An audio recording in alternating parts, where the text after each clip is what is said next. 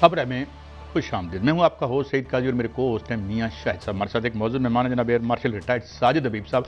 मगर उससे पहले मैं ज़रा रन डाउन आपकी खिदमत में पेश कर दूँ। तहजीब के खात्मे से बात शुरू हुई थी मगर फ़ोन कॉल पे उन्होंने कहा है कि जी एक हम बात कर सकते हैं। ये क्या एक सिलसिला है?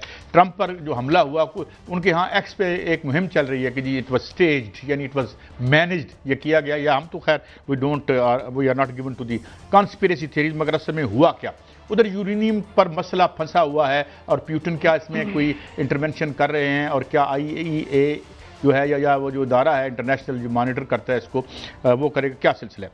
अमेरिका ने नाकाबंदी ख़त्म ना की तो पासदारा ने इनकलाब हमला भी कर सकते हैं, और किसी हद तक उन्होंने किया भी है, और कुछ पिछले दिनों में जहाज़ों को उन्होंने अपनी कस्टडी में लिया है। तो ये सिलसिला किधर है? वतन अजीज़ में एक सेटअप की तब्दीली और आसफ अली जरदारी साहब की तब्दीली के हवाले से आज एक बड़ा मार्कतुल आरा कालम भी छपा कि जी सिस्टम अगर इधर उधर हो जाएगा अगर जरदारी साहब इधर उधर हुए, ये क्या मामला है? इस पर भी हम बात करेंगे। इसके साथ साथ एक और बड़ी खबर इस ज़िमन में ये है कि पाकिस्तान को ये एजाज़ हासिल है कि ईरान की जो रस्ते खुले हैं और जो कि नाजायज़ तौर पर बंद थे, और उसमें हम भी फ़ायदा उठा सकते हैं अगर हमारी कोई तबीयत ठीक हुई। तो अगर ये यहाँ का जो एक वेस्टेड इंटरेस्ट बीच में ना आ गया तो ये जो एक रूट है वो बाहर बेच सकते हैं अपना सामान, और हम भी यहाँ से सेंट्रल एशिया तक पहुँच सकते हैं। इस पर बात करेंगे। किसान क्यों नाखुश हैं? ये 11 कंपनियों की क्या ज़रूरत थी बनाने की? ये क्या मसला क्या है? मतलब ये इशू क्या है? क्योंकि किसान सरापा एहतजाज है। मेरे साथ मौजूद जनाब air marshal retired Sajid Habib साहब। Thank you very much Sajid Habib साहब for your time. Sir, what's happening?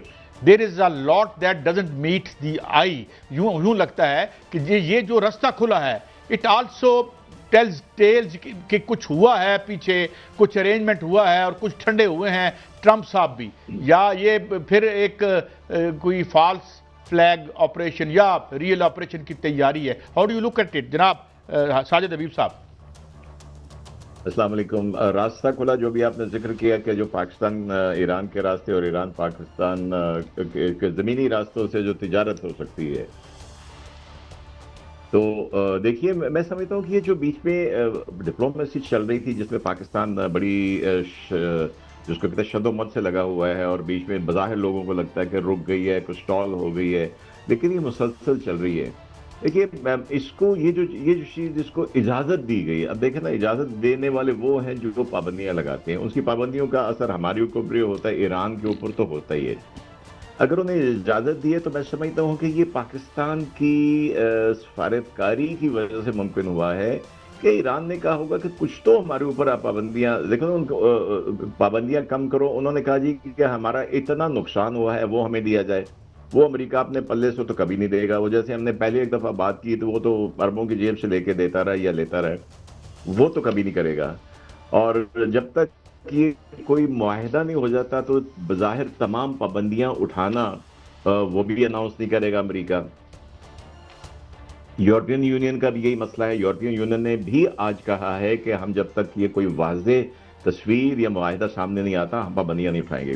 तो आई थिंक एक ये जिसको कहते हैं ना ऑक्सीजन दी गई है, जो एक छोटा सा मुस्बत कदम है, लेकिन ये छोटा सा मुस्बत कदम इंशाल्लाह इसी तरह चलता रहा तो मैं समझता हूं कि ये, मैं एक और तरीके से इसको देख रहा हूं कि ये भारत की एक और जो चाल थी ये उसकी बहुत बड़ी नाकामी होगी। जो हमने, ये आपको याद होगा, बात की थी कि चाबहार की बंदरगाह को मोदी जो गया था नेतन्याहू के पास कि भाई इसको ना छेड़ना, कि जब तुम रिजीम चेंज कर लोगे तो यहां से मैंने अफगानिस्तान जाकर और पाकिस्तान के जो वेस्टर्न हालात हैं उसको मैंने और सेंट्रल एशिया से डिस्कनेक्ट करना है। अब आप देखिए कि अल्लाह का करना क्या है कि वो चीज़ उलट पड़ गई है, और अब वो रास्ता ईरान के थ्रू सेंट्रल एशिया का हमें मिल रहा है। ईरान का फ़ायदा तो है ही। हमने पहले भी, आपको याद होगा कि ताफ्तान के जरिए इमदाद भी भेजी। फिर अभी जो इनके पिछले हफ्ते में 3 शिप्स कार्गो के जो कि अमरीकी नाकाबंदी की वजह से वो ईरान नहीं जा सके, उनके कंटेनर जो हैं वो पाकिस्तान की बंदरगाहों पे उतरे हैं और यहाँ से ज़मीनी रास्तों पे चल रहे हैं। तो मैं सही हूँ कि यकीनन ये जो पाबंदियां लगाने वाला सबसे बड़ा मुल्क है अमेरिका है, ये हमारी सफारतकारी की वजह से शायद उसने ये एक रिलैक्सेशन दी है।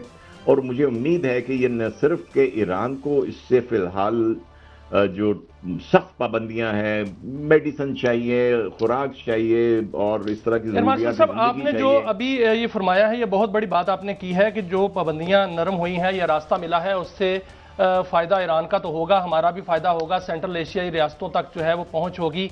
इधर जो है वो ग्वादर, अगर साथ इसमें यह भी लिखा है कि ग्वादर को कमर्शियल बुनियादों पर जो है वो चलाने की भी इजाज़त दी गई है, और जो चाइनीज़ हैं वो भी यहाँ से ही गुजरेंगे, सेंट्रल एशिया रियासतों तक जाएंगे। तो ये बहुत बड़ा फ़ायदा है और पाकिस्तान इससे पूरा फ़ायदा उठाएगा। सर, ईरान और अमेरिका के दरमियान जो मुज़ाकराती अमल शुरू हुआ, उसमें बड़ी पेशरफ्त भी आई और कहा जाता है कि उसमें तातुल आ गया, लेकिन उसके बैकग्राउंड पे जो है बहुत सी सफारतकारी जो है वो काम कर रही है। हालांकि अगर खबर नहीं निकली तो इसको तातुल नहीं कहा जा सकता। अब वहाँ अब्बास अराक्ची साहब पाकिस्तान आए, वहाँ से वो मान गए और ये कहा जा रहा है कि वहाँ एयरफोर्स के तैयारी पर गए, पाकिस्तानी तैयारा उन्होंने इस्तेमाल किया क्योंकि स्पाइलर वहाँ पर मौजूद है। तो इस हवाले से भी फरमाइएगा कि ये पाकिस्तान की एक बहुत बड़ी सफारतकारी और कवर है। अब जो नई तजावीज़ हैं ईरान की, वो अमेरिकी मीडिया कह रहा है कि पाकिस्तान ने अमेरिका के हवाले कर दिया और उसमें आबनाए हरमुज़ जो है वो सबसे ऊपर है, और उसमें कहा गया है कि पहले नाकाबंदी खत्म की जाए और उसके कंट्रोल का फैसला किया जाए, और उसके बाद जो है वो जो न्यूक्लियर है तनाज़ा उस पर बात की जाए। और ये भी बात सामने आई है कि आबनाए हरमुज़ और का जो कंट्रोल है वो ओमान के साथ जो बात हुई है अब्बास अराक्ची साहब की, शायद दोनों मुल्क जो है मिलकर संभालें और अमेरिका भी इस पर इत्तफाक कर जाए। और आज जो अब्बास अराक्ची साहब का वहाँ पर रूस का दौरा हुआ, वहाँ पर मुज्तबा खामनाई साहब का एक पैगाम उनको पहुँचाया गया। इसमें भी ये कहा जा रहा है कि यूरेनियम का मसला जो है वो उसमें गारंटी जो है रूस देगा। तो आप क्या समझते हैं कि अगले आने वाले दिनों में दोबारा जो है वो जो तातुल बज़ाहिर नजर आ रहा है वो सामने आएगा और इस्लामाबाद के अंदर एक बैठक होगी जिसमें बाकायदा तौर पर एक मुआहिदा सामने आने वाला है? जी बिल्कुल, जहां तक आपने आबनाए हरमुज़ की बात की है, ये बिल्कुल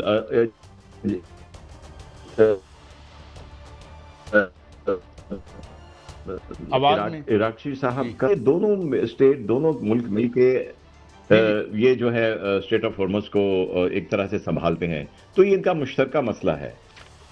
और इसलिए ये इनके इस दौरे से जाहिर हो गया था कि ये जो दो बड़े मसाइल हैं जिसमें आबनाए हॉर्मुज़ का कंट्रोल है, उसको कैसे मैनेज करना है, उसके लिए मस्कत से उनका राब्ता करना और गुफ्तगू शुनीद करना जरूरी था। वो करके फिर वो वापस आए पाकिस्तान, और आके वो जो जिस तरह ट्रंप ने कहा कि वो बातचीत बंद होने के 10 मिनट के अंदर या कुछ थोड़ी देर के बाद मुझे बाकायदा एक पैगाम मिला है उनका, तो ये उसी में से शायद वहाँ पे गुफ्तगू शुनीद हुई है उनकी मस्कत के साथ, ओमान के साथ, उसका है। दूसरी बात भी जैसे आपने की ईरान की और उसके रशिया पहुंचने की, जाने की बात की है और वहाँ पे जो बयान दिया है। देखिए, हम पहले भी बात कर चुके, दो मसाइल हैं। एक तो गारंटर चाहिए, एक तो गारंटर चाहिए, और गारंटर के तौर पे अमेरिका शायद चीन को नहीं मानेगा, जो कि सबसे बड़ा गारंटर हो सकता है एज अ सेकंड पावर इस वक्त दुनिया में वो मौजूद है। लेकिन रशिया से निस्बतन अभी ट्रंप के ताल्लुकात बेहतर हैं। आपने देखा होगा कि जो यूक्रेन का जो मामला था, जो वो कोई डील बना रहा था, वो कोई यूक्रेन की इतनी ज्यादा फेवर में नहीं थी। ज्यादा चीज वो जमीन का जो कब्जे में की है रूस ने, वो उनके पास रहना था। तो प्रोबेबली एक तो ये गारंटर वाली बात है, और दूसरी बात शायद जो एनरिच्ड यूरेनियम की है, मेरे ख्याल में वो जैसे रशिया ने ऑफर की थी कि हम उसको मैनेज कर सकते हैं। देखिए, मैनेज करने का एक तो ये है कि आप अमानत रख लें, दूसरा ये है कि उसको डिप्लीट कर दिया जाए, जिसमें उसको नेचुरल यूरेनियम के साथ एनरिच यूरेनियम को मिक्स करते हैं और उसको डाइल्यूट किया जा सकता है। तो ये दो बड़े मसाइल हैं जिसकी वजह से ये सारे, ये जिसको हम कह सकते हैं कि सींग फंसे हुए हैं। अगर ये हो जाएगा, और इराक़ी का ये मुसलसल दौरे करना, आप सैंडविच बने हुए हैं, उधर जा रहे हैं, इधर जा रहे हैं, मस्कत जा रहे हैं, वापस आ रहे हैं, रशिया जा रहे हैं, ये भी शो करता है कि ईरान भी चाहता है। बज़ाहिर उनकी IRGC की जो चीजें वो कॉल्स आ रही हैं, उनकी स्टेटमेंट्स आती हैं, लेकिन वो भी, क्योंकि देखिए कौम थक जाती है। 1,25,000 बिल्डिंग तबाह हुई हैं वहां पे, तो लोग हरगिज एक जज्बा जोश एक हद तक होता है, फिर लोग कहते हैं कहीं ना कहीं कुछ कॉम्प्रोमाइज करके अमन कर लेना चाहिए। तो ये मेरे ख्याल में ये जो सफारतकारी इराक़ी कर रहे हैं, ये उसी का शाखसाना है। और लेट्स से रशिया से वापस आते हैं तो फिर ट्रंप को हम क्या पैगाम हमारे थ्रू जाता है, बल्कि ट्रंप ने तो कहा कि डायरेक्टली फोन भी आप कर सकते हो। अच्छा, ये फरमाइए एयर मार्शल साहब, मैं ये फरमाइए कि बड़ी एक अहम, ये एक चेंज स्टेटस है अब अमेरिका बहादुर का। डू यू थिंक उसने रिकंसाइल कर लिया in the wake of these, ये जो मिल रहे हैं अलाउंसेस मिल रहे हैं या इजाजत मिल रही है तो ये क्या वहाँ पे एक अंडरस्टैंडिंग है कि भाई ईरान को वो ख़त्म नहीं कर सकते, और जो रोल और अगर चाइना और ये उसके पीछे हैं, चाइना और रशिया, तो Iran has a role and Iran is going to stay here with a very enhanced, significantly enhanced role. तो क्या कम टू टर्म्स हो गए हैं इस तब्दीली से अमेरिकन एस्टैब्लिशमेंट? देखिए, शुरू में तो आप अपने लिए वही जिसको कहते हैं कि आपको गन भी चाहिए होती है तो आप तोप मारना शुरू करते हैं और फिर वहां से आहिस्ता आहिस्ता नीचे आते हैं।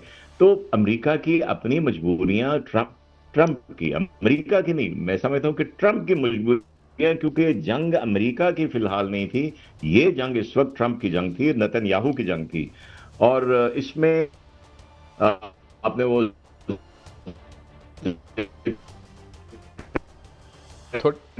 आवाज़ का इशू शायद आ रहा है एयर मार्शल साहब से, अगर ये आपका बहाल होता है। जी जी, शायद उसमें मजीद बाद में आप बात, कैन यू हेयर मी? जी जी जी जी, जरा दरमियान में आवाज़ डिस्टर्ब हुई थी, ठीक है, जारी रखिए, ख़त्म करें बात। जी जी, मैं यही कह रहा था कि अमेरिका में ये जो जंग है ये पूरे अमेरिका की जंग नहीं है, इस ट्रंप की ज्यादा जंग है जो कि नेतन्याहू की वजह से है। आपने देखा होगा कि बहुत से इनके मिलिट्री कमांडर भी छोड़ गए, या वो बाजार निकाला गया लेकिन वो छोड़ गए क्योंकि वो इस जंग के खिलाफ थे।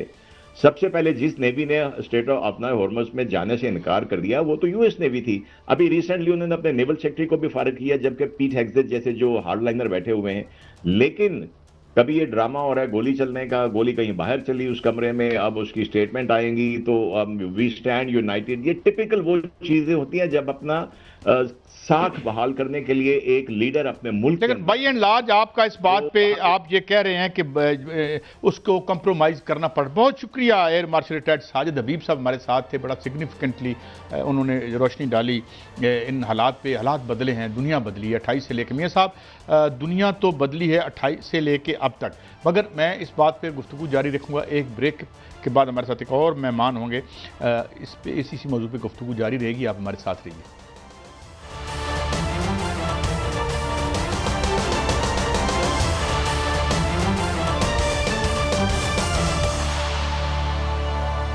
वेलकम बैक नाज़रीन, हमें ज्वाइन किया है जनाब कमोडोर रिटायर्ड डॉक्टर वजीउल हसन साहब ने। बहुत शुक्रिया डॉक्टर साहब, आपने हमें वक्त दिया।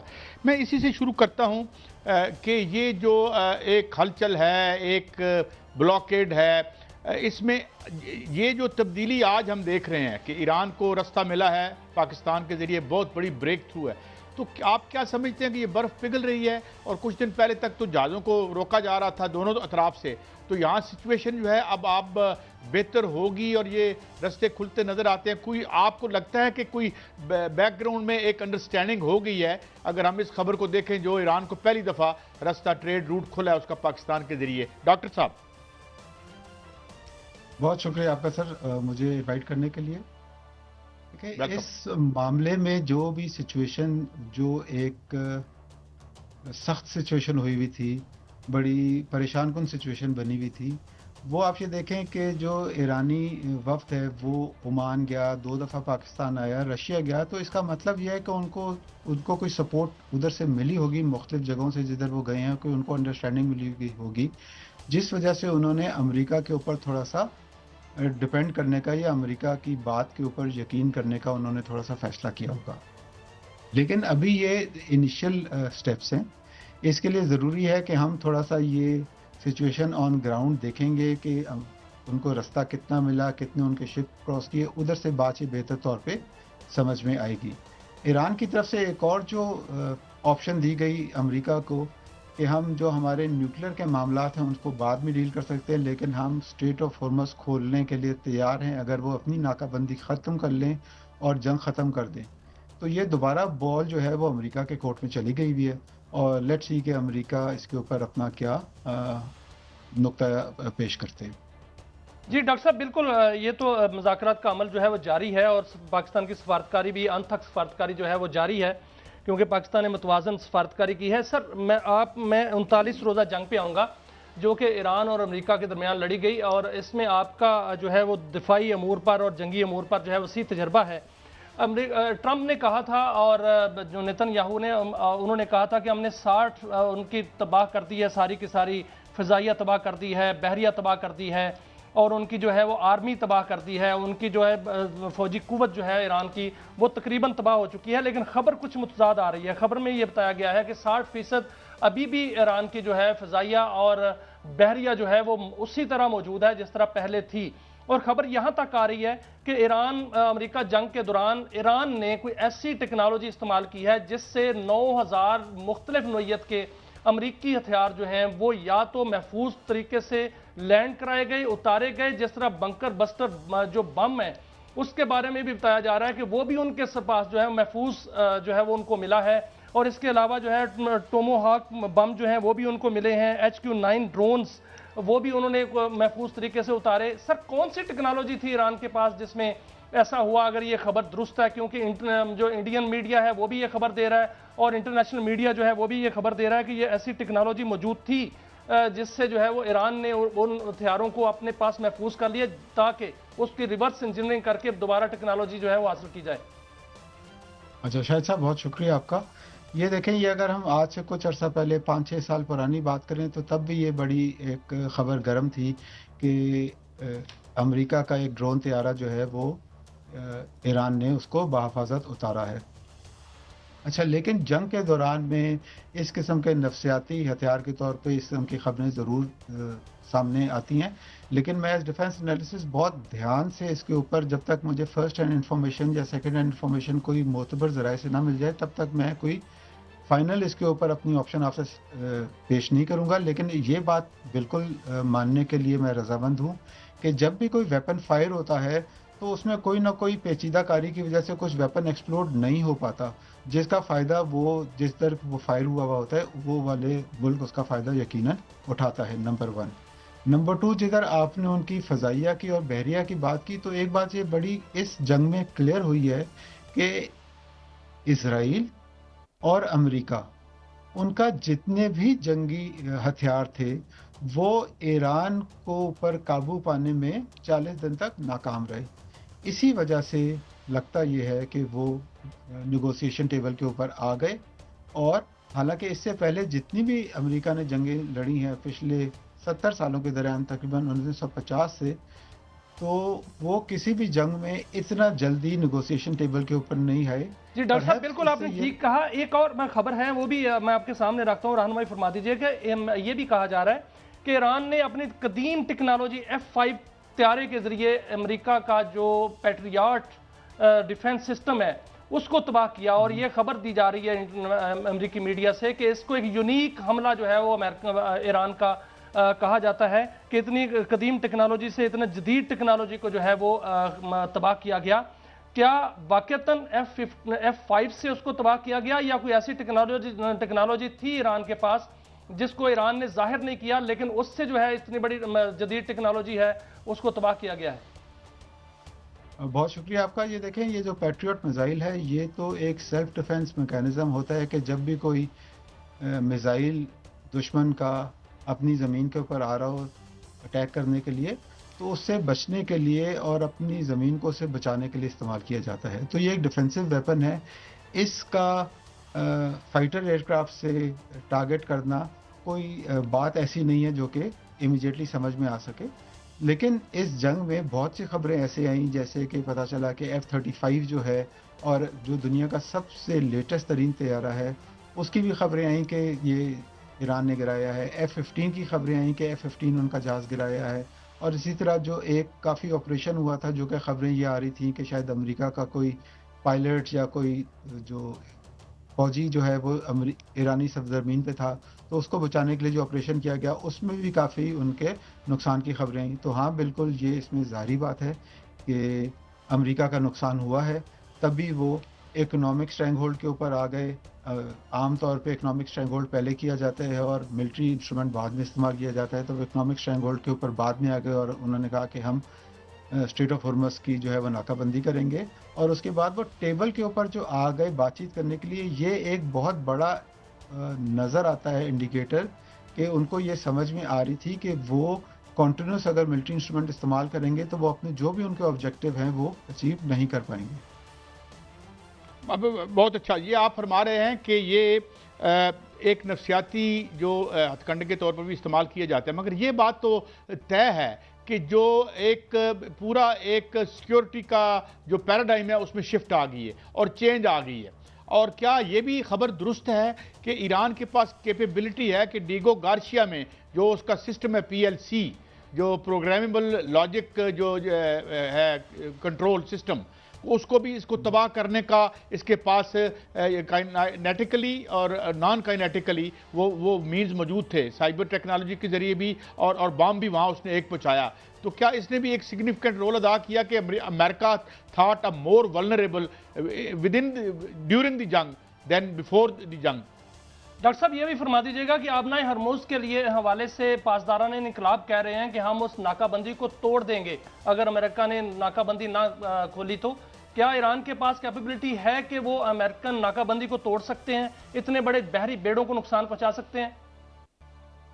बहुत शुक्रिया आपका। तो पहले डीगो गाशिया की बात कर लेते हैं क्विकली कि डीगो गाशिया जो है वो तकरीबन 4000 प्लस नॉटिकल माइल दूर है खुले समंदर में, इंडियन ओशन में, और ये बरतानिया का अड्डा है जो कि अमेरिका के पास लीज हुआ है। और जब ये 2 मिसाइल उधर से फायर होने की खबर आई थी और ये आई थी कि रास्ते में इंटरसेप्ट हो गए, तो उसके साथ ही ये खबर चली थी और उसके बाद कोई इसमें फर्दर डिस्कशन नहीं हुई जिसमें यह कहा गया था कि ईरान ने कहा कि ये हमारे मिसाइल नहीं थे।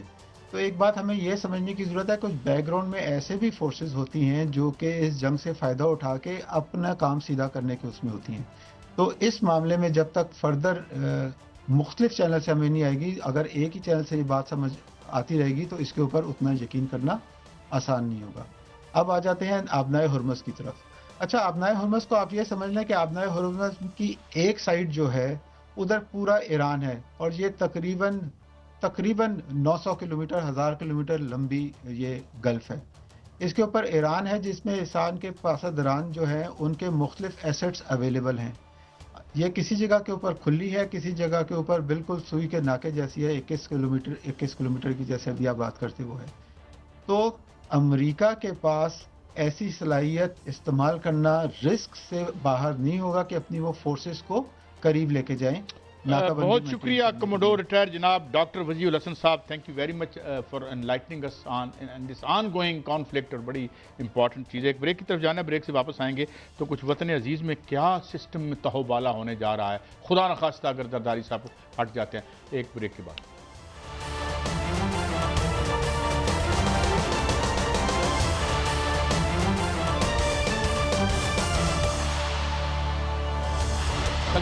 नाज़रीन, ये जो प्रेसिडेंट साहब की मुबैना तब्दीली का जो एक, तो इसको हम आखिरी सेगमेंट में ले जाएंगे, मगर इस वक्त एक और बड़ा वाइटल और इम्पॉर्टेंट इशू है। हमारे किसान बड़े परेशान हैं और ख़ास तौर पर सुना है कुछ 11 कंपनियां बनी हैं, कंपनियों से हम बड़े डरते हैं। ईस्ट इंडिया कंपनी को भी हमने भुगता है। हमारे साथ मौजूद हैं मारूफ किसान रहनुमा जनाब महमूद बुखारी साहब।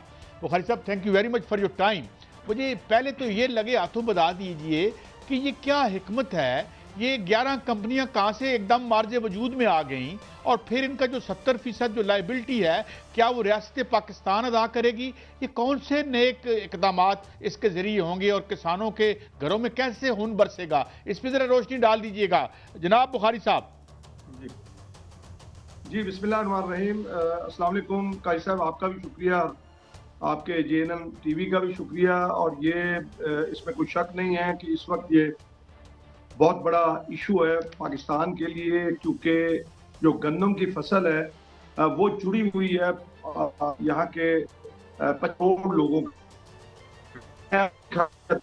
और वहाँ एक बंदा जो है वो 125 किलोग्राम जो है वो एक साल के अंदर दाने खाता है, और उस लिहाज से जो है वो हमें 2 करोड़ 80-90 लाख टन जो है वो गंदम चाहिए होती है। काजी साहब, ये अलमिया है कि ज़राअत के साथ, यानी वो शोबा जिसने पिछले साल ग्रोथ दी, किसी और शोबे ने ग्रोथ नहीं दी, सब में माइनस थी, और अगर अच्छी ग्रोथ थी 6.5 तो वो एग्रीकल्चर की ग्रोथ थी। अब हमारे जो हुक्मरान हैं वो दावा करते हैं, जो पंजाब हुकूमत है वो ख़ास तौर पर ये दावेदार है कि उन्होंने किसानों के लिए और ज़राअत के लिए कोई अनवरात की बारिश कर दी है। अब मैं गंदम के हवाले से आपको बताऊं कि देखें, पॉलिसी काजी साहब ये होती है कि जब गंदम काश्त हो रही थी उस वक्त हुकूमत पंजाब को चाहिए था, हुकूमत अच्छा नहीं बुखारी साहब, मैं माफी चाहता हूँ, मैं इंटरजेक्शन कर रहा हूँ, ये तो हम जानते हैं और हम आपको हमेशा वही लैंड टंग टू और किसान भाई जो हैं, ये 11 कंपनियों वाला क्या मामला है, ये कैसे आ गई, ये आड़तियों को रिप्लेस कर रहे हैं, ये इंडिया वाला मॉडल है जिसपे किसान इस तरह सर तपा एहतजाज 14 महीने वहां पे मूवमेंट रही, ये हमें गाइड करें क्योंकि इस पे हमें बहुत लोग राब्ता कर रहे हैं। जी कसम, मैं उसी तरफ ही आ रहा हूं कि अभी इनकी पॉलिसियां हैं क्या। आप ये देखें कि सिंध में वहां आईएमएफ नहीं रोकती, हमें डर और खौफ दिलाया गया कि आईएमएफ ने कोई पाबंदी लगाई हुई है। काजी साहब, अगर पाबंदी लगाई है तो फिर सिंध हुकूमत के लिए पाबंदी नहीं, वो पाकिस्तान का हिस्सा नहीं। सिंध हुकूमत खुद खरीद करने की दावेदार है, जो कि वो भी एक नुमाइशी ऐलानात है, मैं समझता हूं। और इसी तरह पंजाब हुकूमत ने कहा है जी कि हमें तो आईएमएफ ने मना किया है, लिहाजा हम ये एक नया मॉडल लेके आ रहे हैं। पिछले साल इन्होंने EWR का जो मॉडल लेके आए, जो फ्लॉप हुआ, जिसमें इन्होंने कहा जी 1500 अरब रुपए हमने दे दिया, मैं पिछले साल की बात कर रहा हूं। और अब जो है ये कंपनियां लेके आए कि एग्रीगेटर, अब एग्रीगेटर पहले 35 थे, फिर 18 हुए, फिर उसके बाद अब 10 पे आ गए, 11 भी नहीं। अब इन्होंने क्या किया कि जी ये गंदम खरीद करेंगे और 1 अप्रैल से जो जनूबी पंजाब के अंदर गंदम जो है वो तेजी के साथ हार्वेस्ट होना शुरू हुई।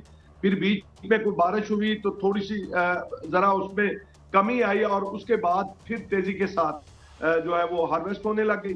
गंदम का ये असूल है कि गंदम रखी नहीं जा सकती, वो जो ही हार्वेस्ट होगी, दान पाया दिखेगा, वो अपनी जगह पे पहुंच जाएगा। व्यापारी आ जाते हैं। हुकूमत ने हमें कहा जी कि हम खरीद करेंगे और 3500 रुपए का ऐलान किया। उन्होंने एक और एहसान अजीम फरमाया कि 6 अरब रुपए का बारदाना जो है वो हम किसानों को मुफ्त दे रहे हैं। देखिए बुखारी साहब, आप हकायक बयान कर रहे हैं, इसमें कोई शक नहीं, लेकिन पंजाब हुकूमत ये कहती है कि जो पहले आड़ती ले जाता था कीमत और ब्लैकमेल करता था वो हमने खत्म की है, और 11 जो निजी कंपनियां हैं वो किसानों से बराह रास्त गंदम खरीदेंगी और उसी रेट पे खरीदेंगी जो रेट जो है वो गवर्नमेंट ने तय किया है, 3500 रुपए फी मन।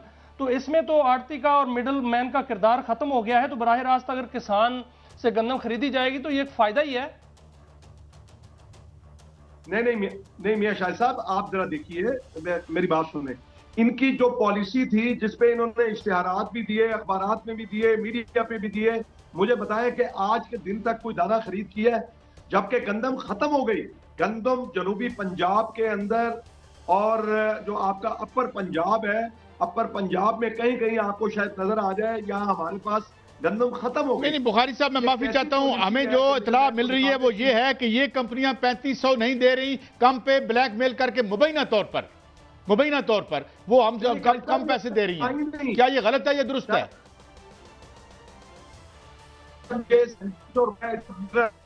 गाई साहब, मेरा दिमाग खराब है कि मैं अपने घर से गंदम जनाब बोरों में डालूं, मैं ट्रांसपोर्टेशन का खर्चा उठाऊं और फिर मैं उन गोदामों पे ले जाऊं।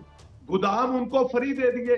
अभी वो जो कंपनी है, जो कहा गया था अब गंदम ही नहीं है, तो वो कहां से खरीद कर लेंगे? किसान रहनुमाओं से बात करेंगे और इस पर शायद हम पूरा प्रोग्राम रखेंगे कि ये किसानों से बड़ी जो है वो मुझे जो मिलते हैं वो यही कह रहे हैं कि उनके साथ कोई अच्छा 3-4 साल से सलूक नहीं हो रहा। बहरहाल एक ब्रेक के बाद हाजिर होते हैं तो फिर कुछ सियासी इश्यूज़ पे बात करेंगे, क्या हो रहा है जरदारी साहब और हमारे सदर मोहतरम के हवाले से, और क्यों अगर वो जाते हैं तो कौन सा वो निज़ाम है जो तहबाला हो जाएगा। एक ब्रेक के बाद हमारे साथ मोहसिन बेग साहब होंगे, हम उनसे रहनुमाई लेंगे।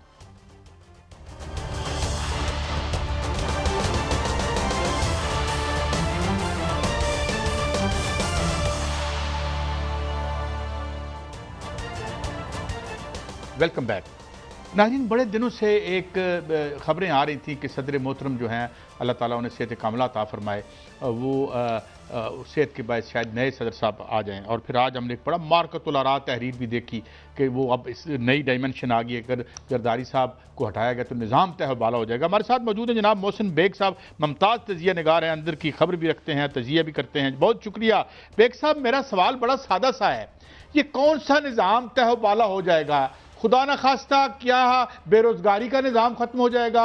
कीमतें जो ऊपर जा रही है, बिजली महंगी जो हम ले रहे हैं, वो कौन सा निज़ाम है जिसको जरदारी साहब के जाने से खतरात लाहक हो जाएंगे? क्या हो जाएगा ये, और क्या वाकई वो जरदारी साहब जा रहे हैं? आपके सितारे क्या बताते हैं जनाब बेग साहब? बहुत शुक्रिया। बेसिकली मेरे ख्याल में ये खबर ही गलत थी और ये इसकी कोई बेस नहीं है। जरदारी साहब माशाल्लाह सदारत पे बिल्कुल कायम व दायम है और कोई ऐसी खबर शहर इक़्तिदार में नहीं थी जिससे ये पता चले कि उनकी जगह किसी और को लाया जा रहा है। सेहत भी उनकी अच्छी है, वो इस वक्त चाइना के दौरे पे हैं, आपने उनकी एक्टिविटीज़ वहाँ पे देख ली होंगी। तो मैं ये समझता हूँ कि एक खबर ही गलत थी, उस पर मज़ीद तबसरा करना मेरे ख्याल में बनता नहीं है।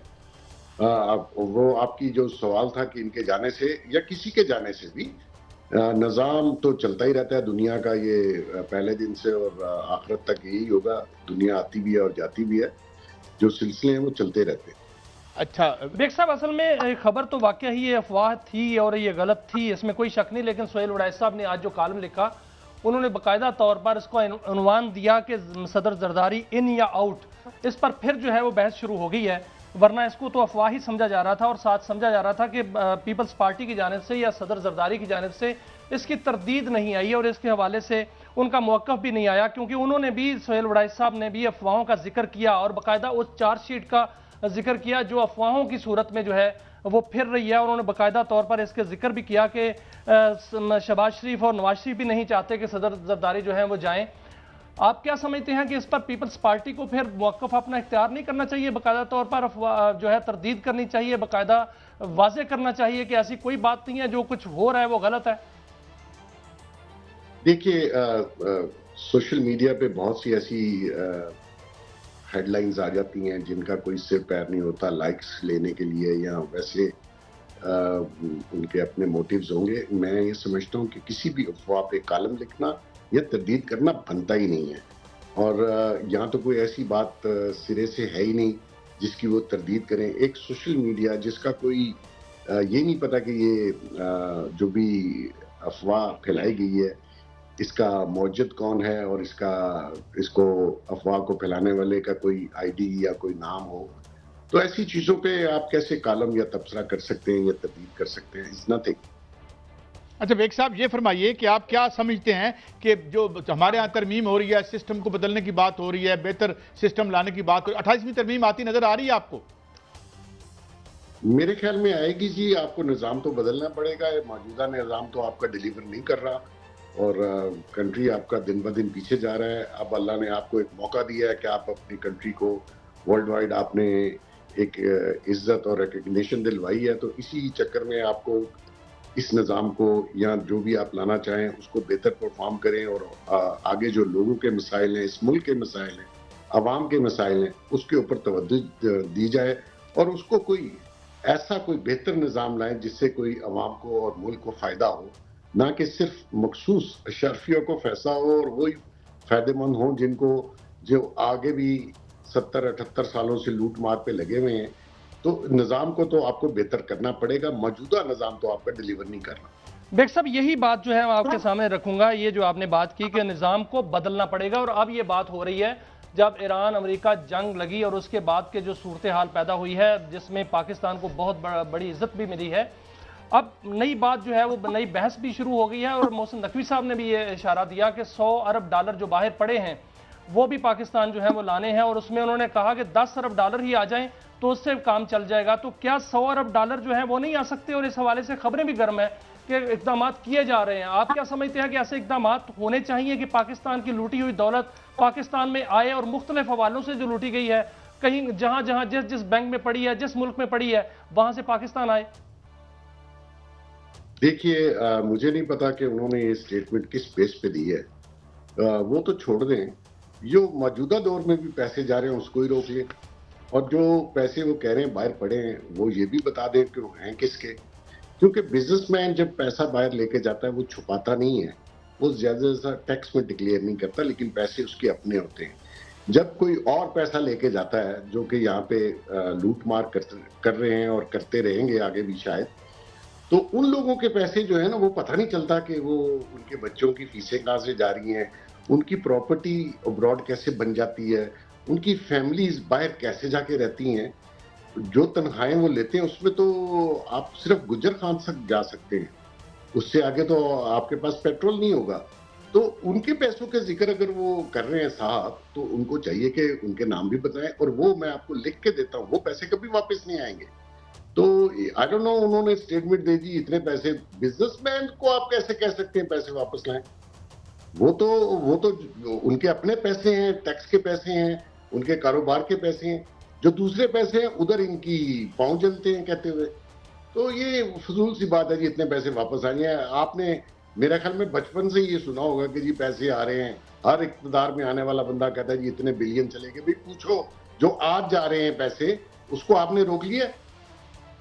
बहुत बाकमाल बात पे आपने अपनी इस कंट्रीब्यूशन दिया हमें जनाब मोहसिन बेग साहब हमारे साथ थे कि जो आज पैसे जा रहे हैं उन्हें कौन रोक रहा है, बजाय इसके कि हम पिछले वापस लेके आए। बहुत शुक्रिया बेग साहब, you are always so kind to enlighten us all these very complex issues. नाज़रीन, ये था हमारा आज का शो, इजाज़त दीजिए, अल्लाह हाफ़िज़।